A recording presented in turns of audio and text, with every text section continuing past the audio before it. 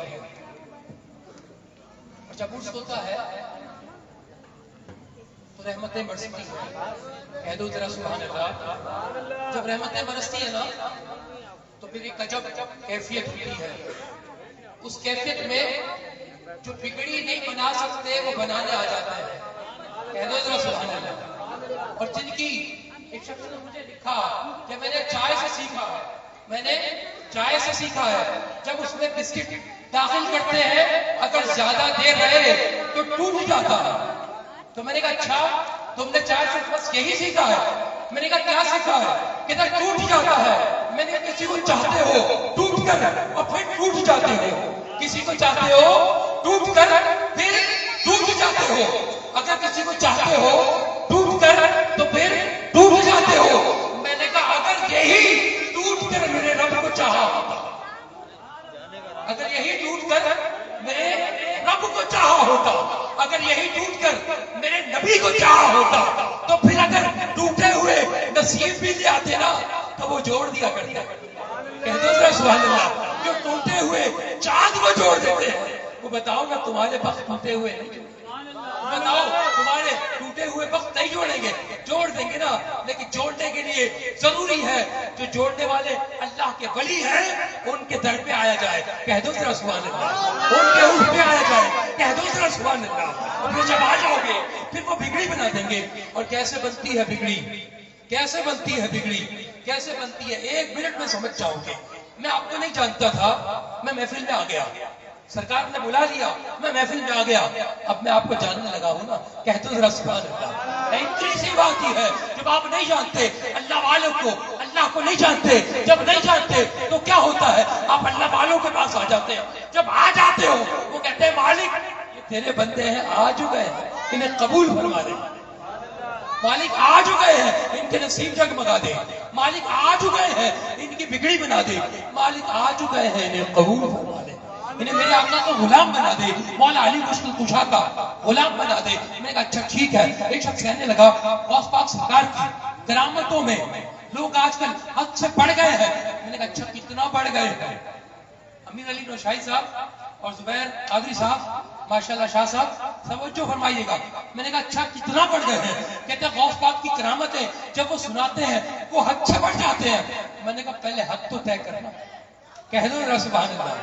میں نے کہا پہلے حد تو طے کرنا, ولایت کی حد ہے کیا؟ میں نے کہا سرکار کی حدیث پاک ہے جب کوئی میرا بندہ عبادت کرتے کرتے اس مقام پہ پہنچ جاتا ہے, اس مقام پہ پہنچ جاتا ہے کہ میں اس بندے کے ہاتھ بن جاتا ہوں جس سے وہ کام کرتا. کہہ دو ذرا سبحان اللہ. میں اس کی زبان بن جاتا ہوں جس سے وہ بولتا ہے. کہہ دو ذرا سبحان اللہ.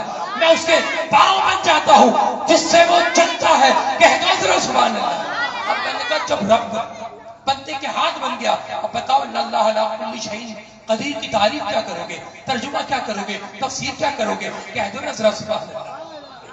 اور میں نے کہا جب ہمارا عقیدہ یہ ہے کہ اللہ کا کوئی بھی ولی جو بھی کرامت اس سے ظاہر ہوتی ہے وہ اللہ کی دی ہوئی طاقت سے ہوتی ہے, اللہ کی دی ہوئی عطا سے ہوتی ہے, اللہ کی دی ہوئی قوت سے ہوتی ہے. اللہ جب چاہتا ہے, جس سے چاہتا ہے, جب چاہتا ہے, جہاں چاہتا ہے, جس وقت چاہتا ہے اپنے محبوب سے کرامت وقوع قدیر کرا دیتا ہے.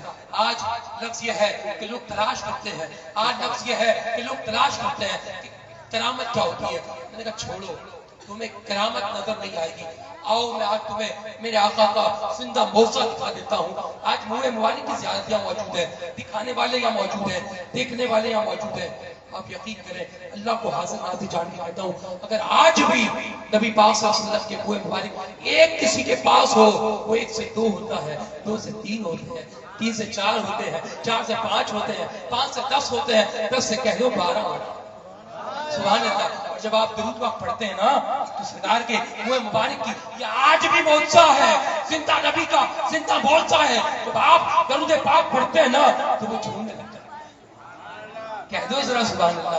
میں نے کہا تم تو کرامتیں تلاش کرتے ہو, تم تو کرامتیں تلاش کرتے ہو, تمہیں تو آج تک زندہ نبی کے معجزے نظر نہیں آئے. ہم سے پوچھو, ہم وہ ہے جو زندہ نبی کو مانتے ہیں. کہہ دو ذرا سبحان اللہ.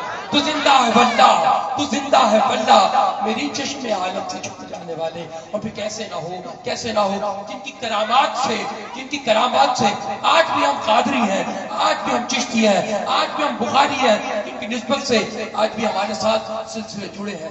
بتاؤ وہ کیسے ولی ہوگے، وہ کیسے ولی ہوگے۔ آج آپ اس سوئے مبارک کی زیارت بھی فرمائیے، تبرکات کی بھی زیارت فرمائیے، اپنے نصیب کے، اپنے نصیب کی بلندی کے لیے دعا بھی کریں، اپنے بچوں کی نصیب کے لیے بلندی درجات کی دعا کریں، جو گزر گئے ان کی مغفرت کی دعا کریں، جو زندہ ہے ان کے ایمان کی دعا کریں، ان کے عشق کی دعا کریں۔ لوگوں زیارت کرنے کو ہم جا رہے ہیں، بادب بارگاہ میں کیسے جانا چاہیے؟